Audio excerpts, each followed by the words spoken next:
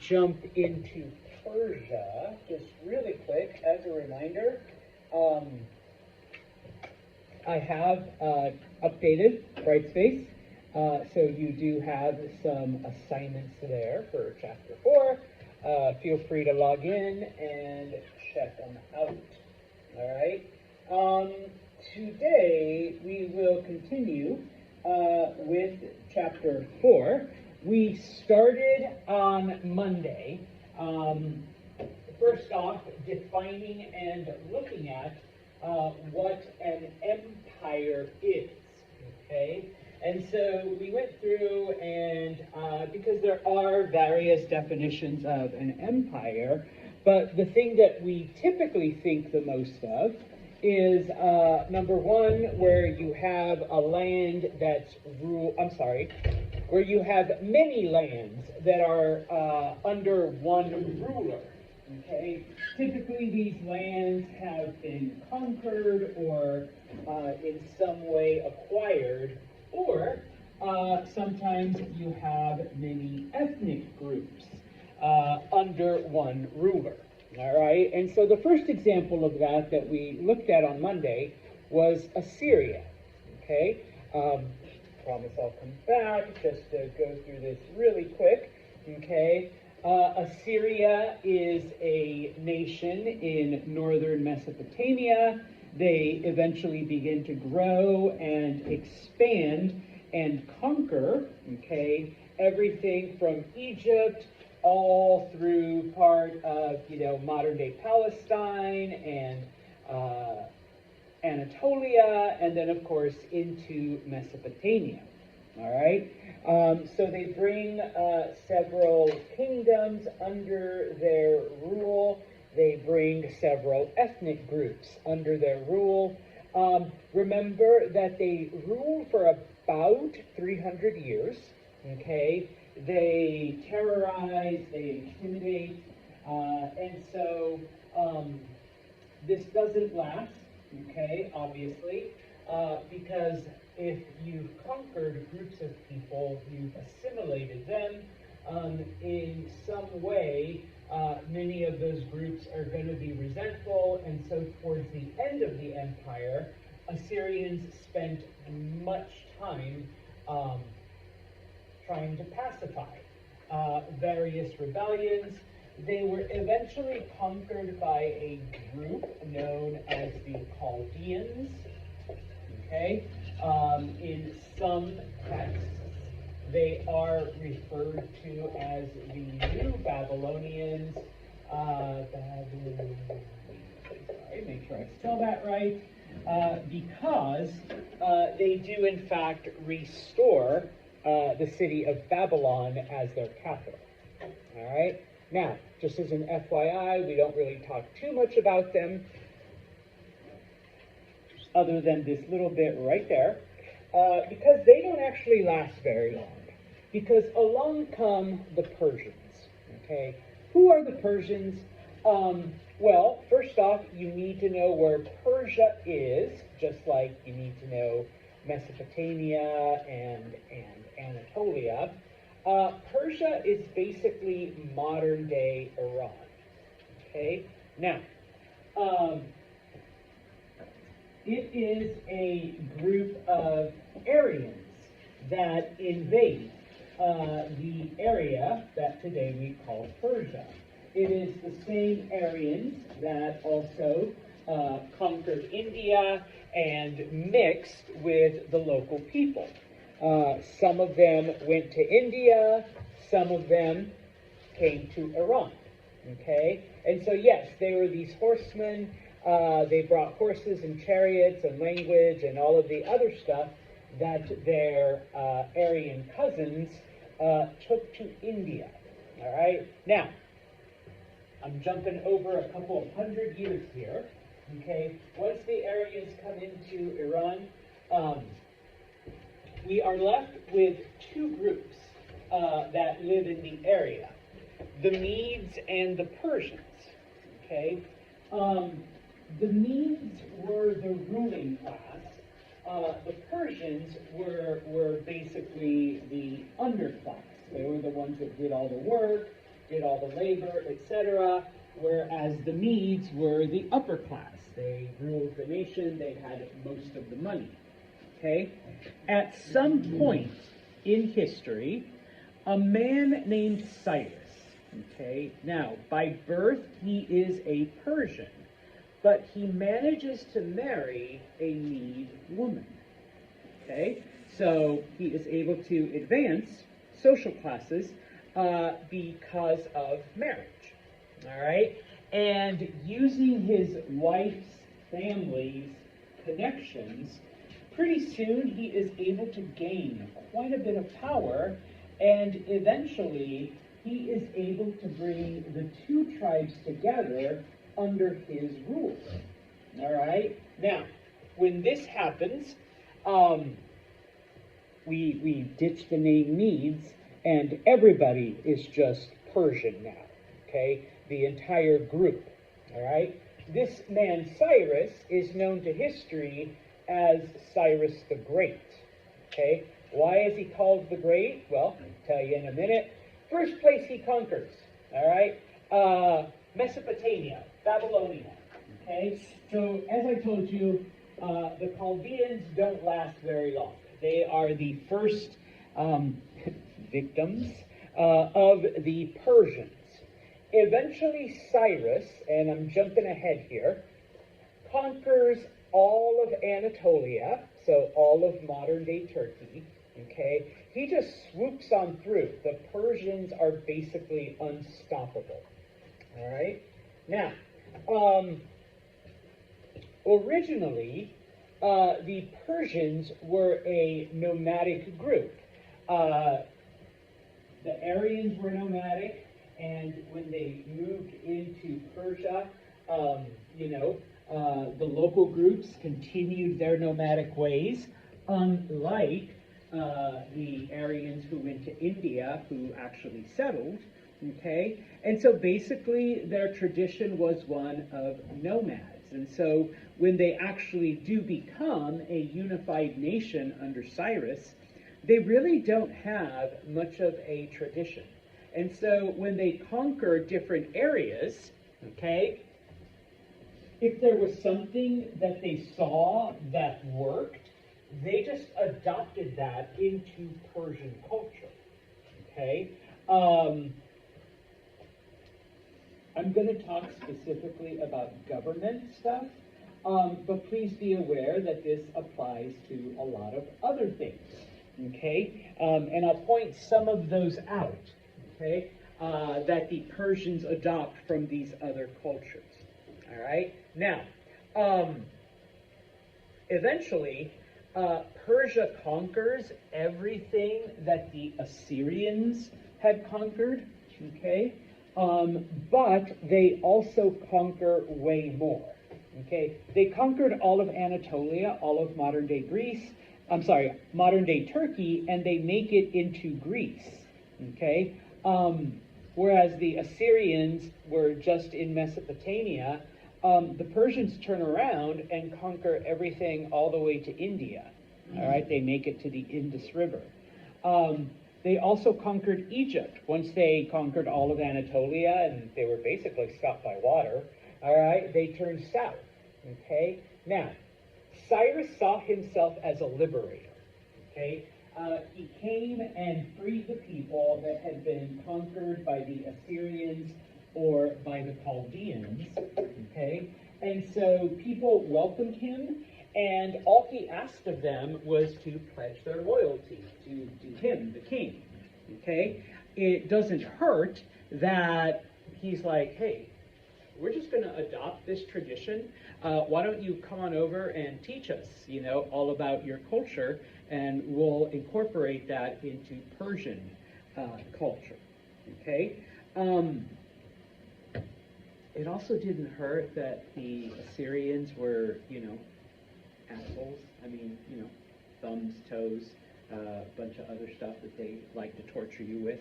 And the Chaldeans were really no better, okay? Now, one example, once again, for those of you who are Judeo-Christian, okay, remember that the Chaldeans captured the Jewish people and took them to Babylonia, okay? It was Cyrus who frees them, okay? He tells them, hey, Jewish people, you are more than welcome to go back to Palestine, okay? Just go, all right?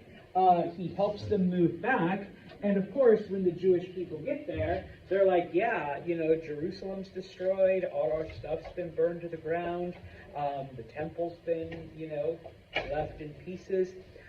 Cyrus actually gives them money to rebuild the temple, to rebuild Jerusalem. Okay? So the Jewish people see him as a savior. They see him as this great liberator that gave them back, their national pride. Okay? And that's just one example, but a lot of other groups also see Cyrus that way. Hence why he's called the Great. Okay?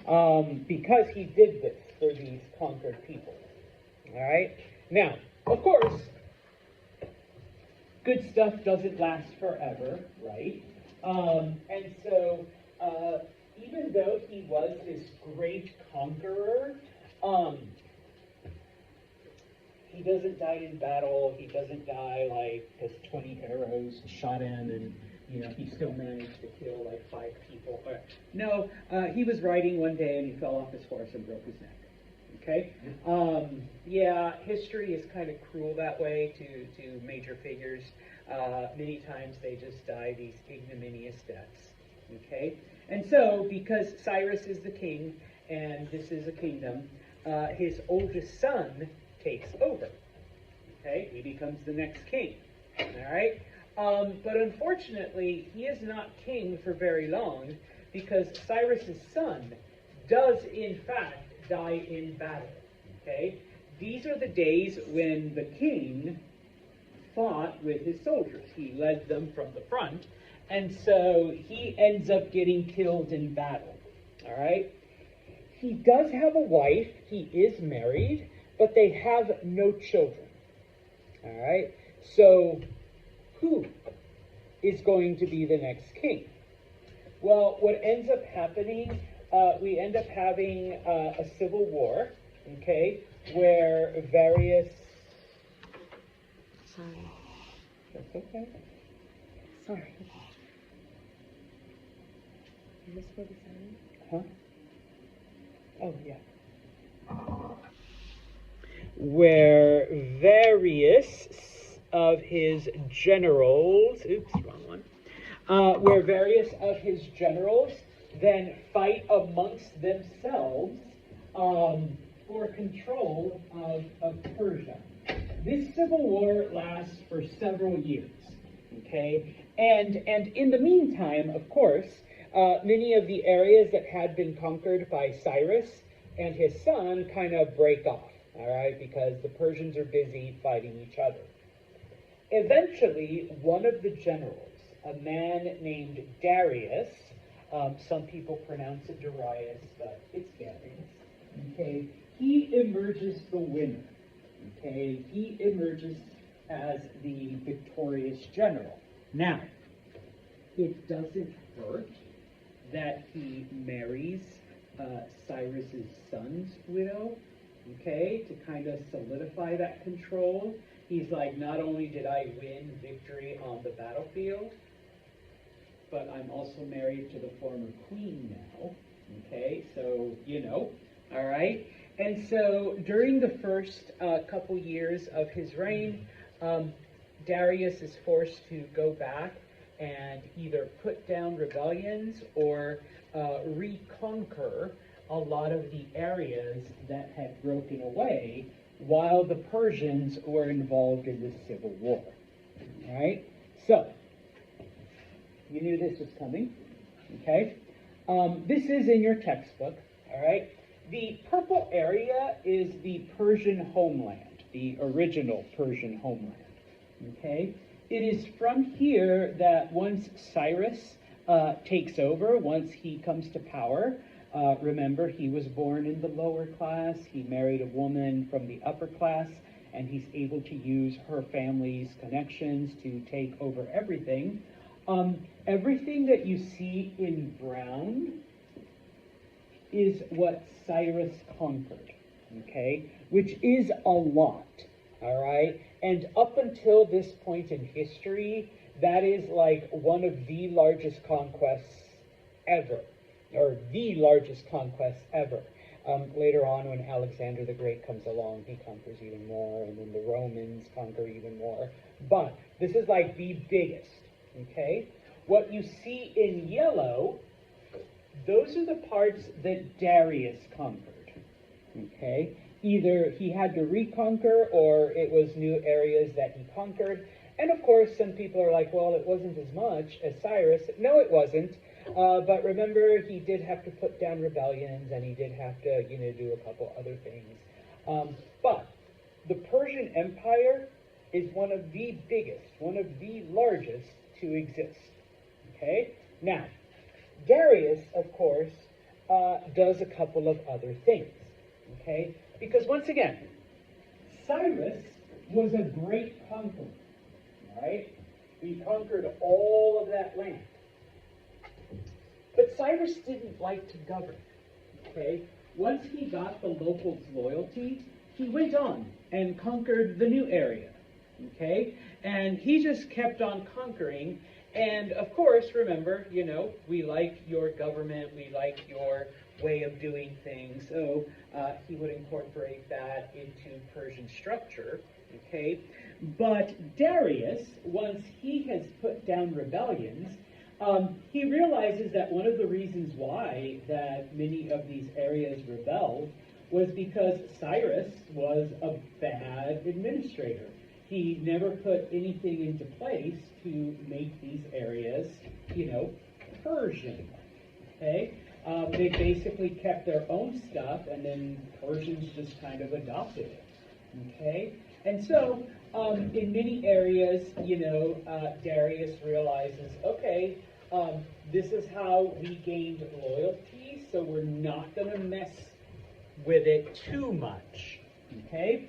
So he does allow the people to keep a lot of their local traditions the way Cyrus did. Okay? And just like Cyrus did, okay, he basically just says, okay, all you really need to do is, number one, declare loyalty to me, okay, because I'm the new king. And number two, of course, you do need to pay taxes, all right? Otherwise, he's like, I will in fact leave you alone, all right? So he's like, I'm not going to mess with Cyrus's formula, okay? Now, one of the big things, and once again, this is why 12,000 years later, we can go back and look at ancient Mesopotamian tablets and be able to translate them, okay? One of the things that Darius discovers is that, when he conquered Mesopotamia, and remember, before him had been the Chaldeans, and before them it had been the Assyrians, and before them it had been the Amorites. You guys are using this really old writing, bless you, whoever sees, you are using this really old writing that the ancient Mesopotamians developed.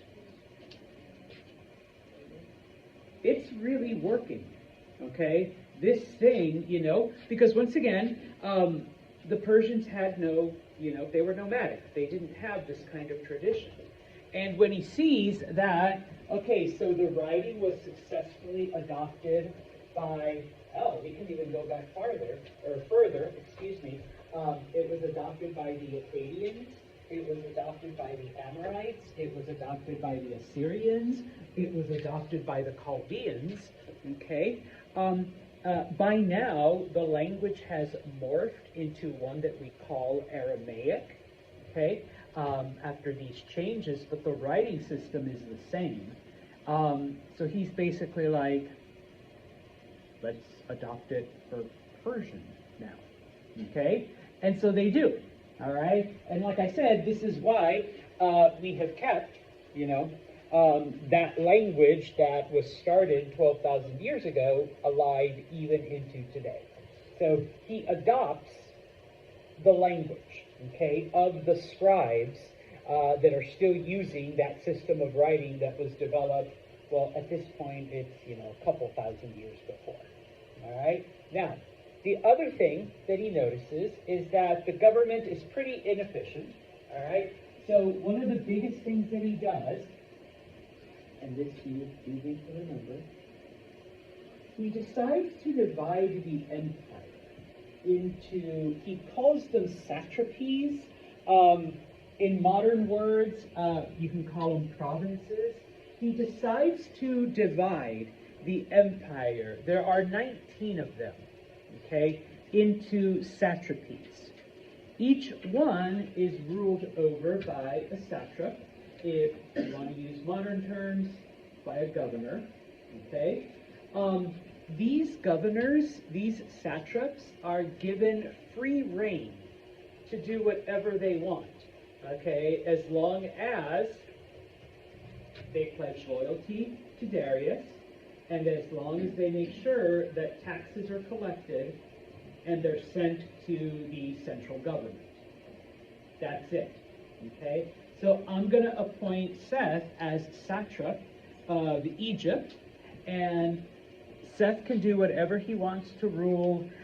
He can appoint a council, he can have a military, he can, share power with his cousin Madison, whatever. Or he can be like an autocrat.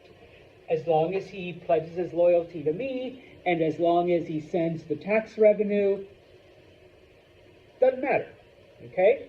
And so this way, the burden is taken away from Darius, but it also, kind of forms the basis of this system, because with those taxes and with now this time, Darius does a couple of other things, okay? When I say fixed taxation, all right, he actually put a tax system in place where if you had more money, you paid more taxes. If you had less money, you paid less. So there was actually a system, as opposed to just like, give me all your shit. All right, thank you very much. The king is appreciative. Which is what, in a lot of places, you actually had. Okay? Because we have conquered many, many countries, each area had a different currency system. Darius is one of the first to try to unify, like, everybody's currency. Everybody's using the same type of money. Same thing with weights and measures, okay? He is one of the first to try to unify, how people measure things. Because once again, you have a lot of different countries under one rule, okay? Today, and I'll compare it to today, most of the planet, with the exception of like one country that you should all be familiar with, and Burma and Liberia, but the rest of the world uses one system to measure, weigh everything. What is that system? Metric, okay? Most of the world measures things in kilometers and meters and kilos and stuff like that, okay? And then you have, oh gosh, what's that name of that country? I can't remember. I know there's Burma, or Myanmar, I know there's Liberia. Oh, what's the big one, Kenny? Yeah, America. All right, that's it. All right, those are the only three that don't use metric, okay? Darius was the first to try to do that, to bring everything under the same thing, at least within his empire, okay? And then finally, okay, with the money from all the taxes, he realizes that the government has an obligation to do certain things. One of the things that he does is he builds roads, okay? Now, Mr. Santos, weren't there roads that... There were, and some of them people built on their own, but usually it was people like walking over a certain area, and eventually, like, all the plants died, and all the dirt was smooth, and people were like, oh, hey, just keep using this thing. Okay, nobody actually made a road And just FYI, don't be thinking like the stuff out there. It was dirt. It was just that it was cleared away, by people walking over it, hundreds and hundreds and hundreds of times. Okay? Well, Darius uses tax money to purposely clear an area and smooth it out so that people could, walk on it, so they could take their wagons and their carts and their horses on it. And of course, he used tax money to maintain it. All right? This is one of the first times that we see a, civic project. Okay? So, he doesn't conquer as much, but he does other things to bring the empire together. Okay? Now, before I move to this, okay, I do have, some movies, not movies, really cool, awesome videos, okay, that are better than what I can explain, okay? First off, remember that part of the reason why this happens is because we do have a worldwide drought.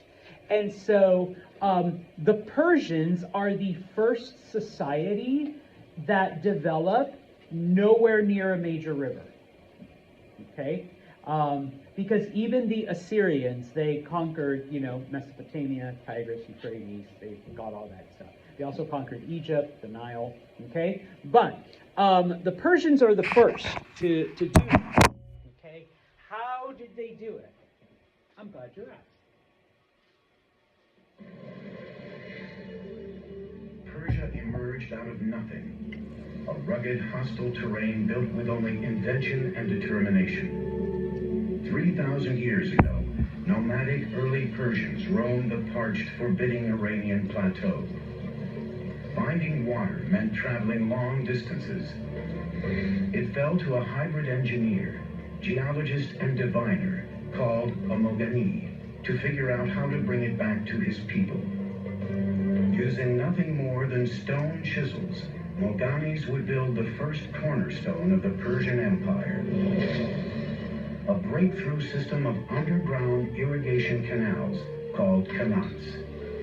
They began by harnessing gravity to exploit the natural topography of their land, which sloped relentlessly down from the Alborz Mountains towards the Persian Gulf.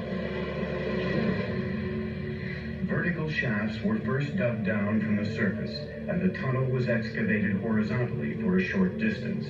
Then another vertical shaft was built, approximately 3/4 of a mile up the slope, and the channel continued. It can be sometimes 20, 30, 40 kilometers away, so it's a very skilled operation, to the point where the gradient of the water channel meets the aquifer, or the groundwater, sloping up at the point where the mountains begin. The angle of the slope was crucial. 1 unit in elevation for every 100 on the horizontal. Not too steep, because that would erode the base of the water channel, and of course not so flat as to prevent the water from moving to its intended destination. Are you really the last person to find I'm out? sorry, I don't pay for premium. This is Pi, and if it sounds familiar to you, it's probably because you've seen their... 2,000 years before Rome's legendary aqueducts, the Persians were channeling massive amounts of water over long distances. In hot, dry climates, with minimal loss due to leakage or evaporation. Water means food, but the engineering technology to locate that water and move it was a carrot that the Persians were dangling in front of their neighbors. Around 700 BC. All right. So, irrigation and aqueducts. They do mention Roman aqueducts. Those are much more advanced, but they do come a couple hundred years later. But the Persians were one of the first to take water from the mountains and bring it down to where they needed it, because once again, they don't have a river nearby. Okay? And so that was, pretty incredible in and of itself. All right? So, let's go back to this, and we will leave that aside for just a minute and talk a little bit about early Persian culture, specifically Persian religion. Okay, now, like most societies and most cultures during this time, okay, the Persians were polytheistic. Okay, what does polytheistic mean? Yes, belief in many gods. Okay, during this time, most cultures, all right, were polytheistic. All right, but around the year 1000 BCE, a man named Zoroaster creates a movement which eventually becomes known as Zoroastrianism. And while it takes a while to catch on, eventually, a couple hundred years later, Zoroastrianism becomes the official religion of ancient Persia. Okay? What is Zoroastrianism? Well, it is one of the first monotheistic beliefs or religions. Excuse me. Okay? It is not the first. We'll talk about the first one, not today, but definitely on Friday. Okay? But it is one of the first monotheistic religions. Now, Ken. That's what I was going to ask. We've already defined polytheistic or polytheism. So what is monotheism? One God. Yes, you only believe in one God. That's it. Okay? Every other god is fake or false or made up. All right? So there's only one. Now, when Zoroaster begins this movement, he basically takes two of the ancient Persian gods and kind of fuses them together to create this entity, Ahura Mazda. That's the god. That is the god of Zoroastrianism. That is, eventually becomes the god of the Persians. Okay? Zoroaster also comes up with, I want to say a theology, a doctrine. Okay? Because up until now, most of these polytheistic religions, and I need my props up here, which is the window, okay? Remember that religion starts as a way to explain nature, okay? Why was it so cold last week, and why did we get so much snow? The snow gods were angry, the cold god was whatever, okay? It looks like today the sun god is out, and the sun god is happy, okay? And the snow god is running away because all of the snow is melting, all right?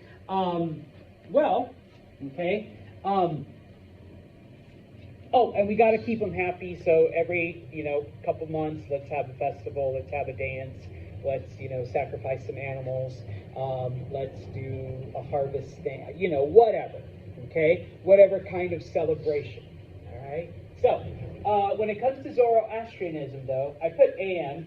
Ahura Mazda basically created the world and the universe, okay? Now, Ahura Mazda has an evil twin. Every good story has to have an evil twin, right? All right? And that is Ahriman, okay? Ahriman is evil, okay?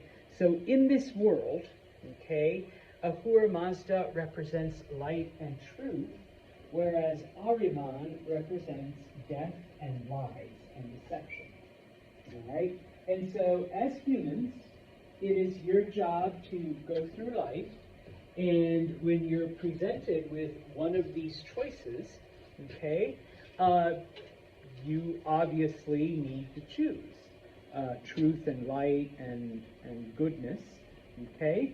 If you choose darkness and lies and evil, well, in the next life, because they did believe in an afterlife, you would receive either a reward for all of the good things that you did, or punishment for all of the bad choices you made. Okay? If this sounds familiar, maybe it is. Okay? But it is one of the first groups to have something like this, like you have a purpose that you're working towards, as opposed to, I do not want the gods to be pissed, or I want to make the snow god happy. Okay? You need to make good choices in this life, because in the afterlife, you'll either be happy or you'll be punished. Okay? Now, when it comes to some of the stuff, the priests in Zoroastrianism were known as magi. Okay? And we actually get a fun English word from magi. What word do you think comes from magi? Thank you, Nahira, and you can say it louder, magic, okay? Or magician, okay? Why? Because, and this is where, maybe it's a little different, I don't know. If your religion practices fire worship, please let me know, I'll come. But Zoroastrianism practiced fire worship and fire dance. And yes, the Magi could make fire appear. Okay, we know it's just a simple magician's trick with a little bit of sulfur and spark and but they could make fire happen. All right, and so yeah, that was a part of the religious services. Okay, now. When it came to, even though Zoroastrians believed in an afterlife, they believed it was your soul that went on to the afterlife, and your body was just kind of like an empty shell once the soul left it. And so it was kind of a mix, I guess you could say, of the old beliefs where people would just leave your body and burn it. Okay, but because certain things were considered sacred, especially animals, because they were also a part of Ahura Mazda's creation, your body would be left out in the desert to be eaten by the animals, because what greater honor could there be than for you to feed God's creatures? Okay, so after you died, your body was just put out there so that, the birds and the snakes and the, other predators or scavengers could just eat your body. Okay? Now, when the Greeks first came to Persia, they see dead bodies littered all over the roads, and they were freaked out because they're like, holy shit, why are there just dead bodies everywhere? Okay? But that was the Zoroastrian custom. All right, to just leave the bodies out there for nature to reclaim, which I suppose kind of makes sense, because then the leftover stuff, your bones and whatever was there, would go back into the dirt, into the earth, and fertilize it, and that whole, I can start singing the circle of life. Your body feeds plants and the animals, and it's just a cycle. All right, and then there you go. Okay. Now, of course, Zoroastrians also believed, just like in many other cultures, that it was Ahura Mazda, God, who appointed the king. Okay, he was chosen by him. We see this in other cultures. Okay, they did not believe, like the Egyptians, that the king was descended from God, but that he was chosen. Okay. And so, number one, obviously this comes with the idea that if you rebel against the king, you're really rebelling against God, against Ahura Mazda, okay? And as the chosen one of the king, okay, number one, you were supposed to, maintain order and peace and justice, and you were supposed to be an example of Ahura Mazda, number one. But number two, God ain't going to choose a weakling or someone who's overweight or someone who's not, jacked or ripped or something. So physically, you had to be superior, okay, to everyone else. because that's what God's representative will be. Okay? Morally, you had to be superior to everyone else. You told the truth, you were honest, you were wise, all of that stuff, because that's who God would choose. Okay? He would not choose a morally corrupt person. All right? Okay, this was their religion. This was, the culture that the Persians fostered. All right? Now, a couple other things about Persian society, or ancient Persian society. I know it's different today. Okay? Society was divided into 4 classes. Okay? Obviously, at the very top was the ruling class. So the king and the people that were related to him and the people that he appointed, okay, were part of this, okay. In addition, all right, because, the king is chosen by Ahura Mazda, all right, the church and the king were like this. And so priests were also a part of, the upper class. And finally, because the empire was built up via conquest, okay, then soldiers, thanks Edward, soldiers are also going to be viewed as part of that upper class. Because without the soldiers, without the warriors, we wouldn't have an empire. Okay? Now, next, okay, obviously not everyone can be a part of the royal family, but, the government needs other people to function, okay, and I think I've used this example before. You go down to City Hall, you don't just walk in and see, like, the mayor right away. There's the person that says, okay, what do you need? Yeah, that's up on the 3rd floor. Okay, you need the people that do the everyday stuff, okay, that move papers from pile A into pile B, okay, the ones that do all of that stuff. And so in the next class of people were the bureaucrats, the administrative people, the ones that handled the day-to-day functions of government. This included the scribes, okay? Because once again, remember, not everyone knows how to read and write, okay? And especially when it comes to, because they have adopted the old Mesopotamian writing. Remember, it's a pictographic system where you have little pictures that represent sounds or thoughts. So obviously only a few people know that. Okay, but it is, the second highest social class. And of course, finally, the people that are making money, the merchants, okay, because, they're rich. All right. Next on the social class, when we say artisans, artisans are the people that make things, okay? The blacksmiths, the stonemasons, the woodworkers, okay? You're working with your hands, but you're making products that are useful for society.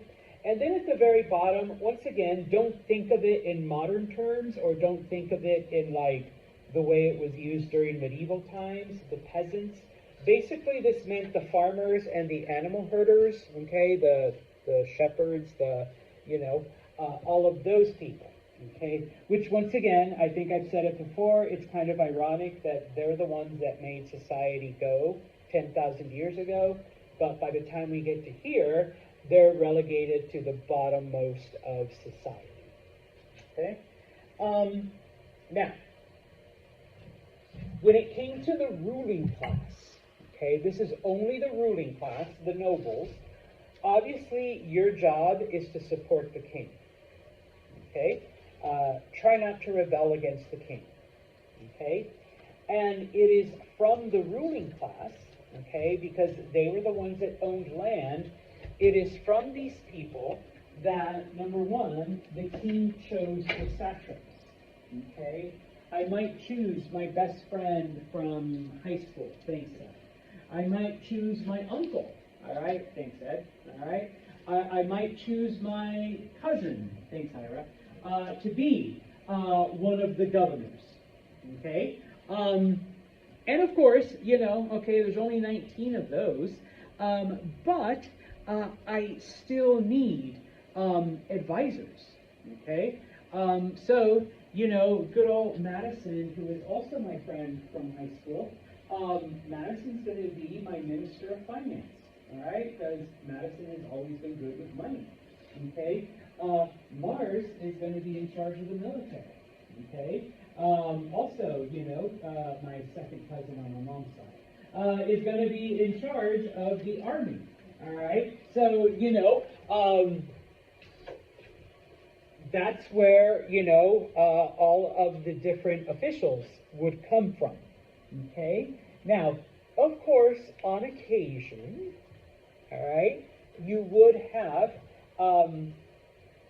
some of the wealthy business people, okay, who were in charge of trade, who were in charge of all of the commercial ventures, be able to buy their way into an office, okay? So Aiden says, hey, King, I've given a lot of money to the kingdom.